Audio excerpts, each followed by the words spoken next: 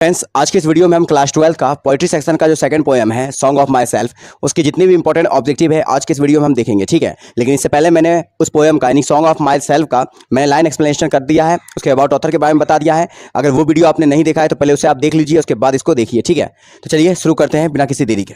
First question है, who has compose the poem song of my self, यानी song of my self को किसने compose किया, किसने रचित किया है?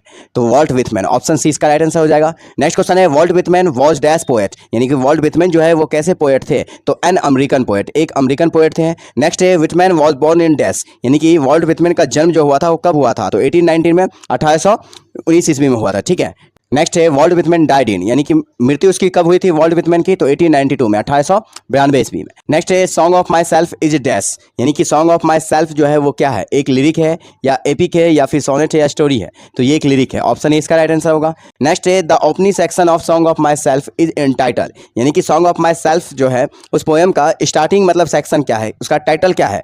तो उसमें बताया था ना, I celebrate my self and Singh my self, तो ऑप्शन सी इसका राइट आंसर हो जाएगा, आई सेलिब्रेट माई सेल्फ, है ना। नेक्स्ट है, according to song of my self the speaker is a great lover of dash, तो great lover of nature. ठीक है, ऑप्शन डी इसका राइट आंसर हो जाएगा। ठीक है, इस पोएम के अकॉर्डिंग जो है वॉल्ट विथमैन जो है स्पीकर जो है वो किसके एक महान लवर थे? तो नेचर का। ठीक है, नेक्स्ट है, how many times the word you has been used in song of my self. आप जब पढ़िएगा song of my self poem को तो उसमें जो ये वर्ड यू है ये 2 बार यूज़ किया गया है, तो आपको याद रखना है 2 टाइम्स। ठीक है, ट्वाइस, ऑप्शन बी इसका राइट आंसर होगा। नेक्स्ट क्वेश्चन है, the words schools stand for. अच्छा, ये चीज़ अगर विश्वास नहीं है तो मैं काम करता हूँ, दिखा देता हूँ। ठीक है, देखिए यहाँ पे जैसे मैंने यहाँ पे पोएम लिखा है, यहाँ आप देखिए, एक तो यहाँ पे दिख रहा है you, what I assume, you shall assume, और एक और यू देखिए कहाँ पे है, यहाँ पे। ठीक है, इसके बाद देख लीजिए पोएम में यू कहीं पर है? कहीं पर भी यू आपको नहीं मिलेगा, बस 2 बार यूज़ किया गया है। ठीक है, देख लीजिए कहीं पर भी यू आपको नहीं मिलेगा, 2 बार यूज़ किया गया है, आपको आंसर का याद रखना है। नेक्स्ट है, the word schools stand for dash in song of my self. Song of my self में ये जो स्कूल्स वर्ड है इसका मतलब क्या है, इसका यूज़ किसके लिए होता है? तो सिस्टम ऑफ थॉट्स के लिए, ऑप्शन बी इसका राइट आंसर होगा। नेक्स्ट है, what does Whitman hope to do, यानी कि क्या चीज़ का आशा करते हैं जॉन डन करने के लिए, यानी क्या चीज़ उसके साथ होना चाहिए?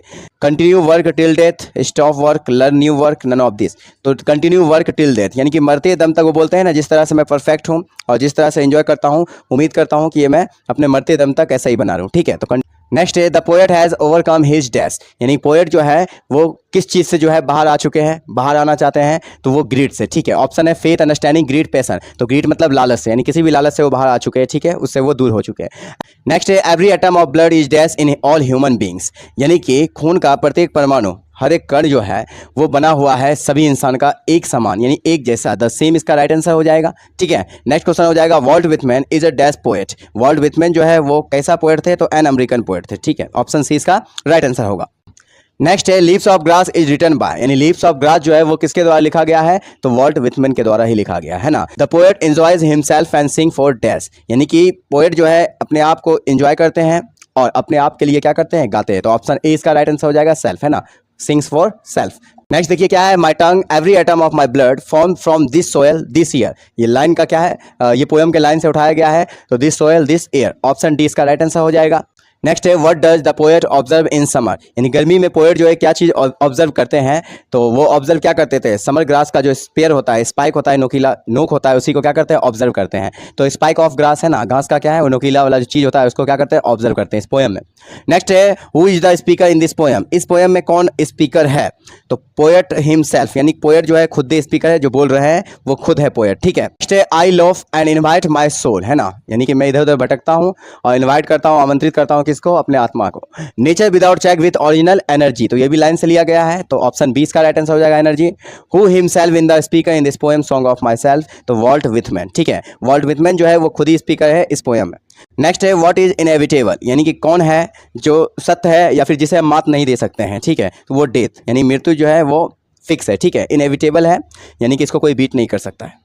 नेक्स्ट क्वेश्चन देखिए क्या है, creates an school dash in ambience, बताया था उस लाइन में, है ना, तो ऑप्शन क्या हो जाएगा? ऑप्शन डी हो जाएगा, इन एबियंस। ठीक है, उसके बाद Walt Whitman is dash years old, 37 years old, यही था, 37 ईयर्स ओल्ड। नेक्स्ट है, hoping to see no till death is a line from, यानी कि लाइन जो है कहाँ से लिया गया है? तो सॉन्ग ऑफ माई सेल्फ से लिया गया है। ऑप्शन देख लीजिए, if soldier, auto autumn, none of this, तो नन ऑफ दिस होगा इसका आंसर, है ना, ऑप्शन डी हो जाएगा, इसमें ऑप्शन नहीं है। क्वेश्चन है who is known as people's poet, यानी पीपुल्स पोएट के रूप में कौन जाने जाते हैं, तो वॉल्ट विथमैन। ऑप्शन बी इसका राइट आंसर होगा। नेक्स्ट है who is the father of free verse poem, यानी फ्री वर्स के जो गुरु है, जो फादर है, वो कौन कहलाते हैं, तो वॉल्ट विथमैन कहलाता है। ऑप्शन बी इसका राइट आंसर होगा। And what I assume you shall assume, तो ऑप्शन देख लीजिए, बी इसका राइट आंसर होगा। ठीक है, ये इतना ऑब्जेक्टिव था जो इस चैप्टर से बन रहा था और सभी इंपॉर्टेंट है, ठीक है, आपके बोर्ड एग्जाम के लिए। तो आपको इसका प्रिपरेशन जो है अच्छी तरह से कर लेना है। अगर आपने वीडियो इससे पहले वाला एक्सप्लेनेशन नहीं देखा है, उसको देख लीजिए, तब जाके इसको देखिए, आपको सब समझ में आ जाएगा। ठीक है, तो मिलते हैं हम अपनी अगली वीडियो में। Till then take care.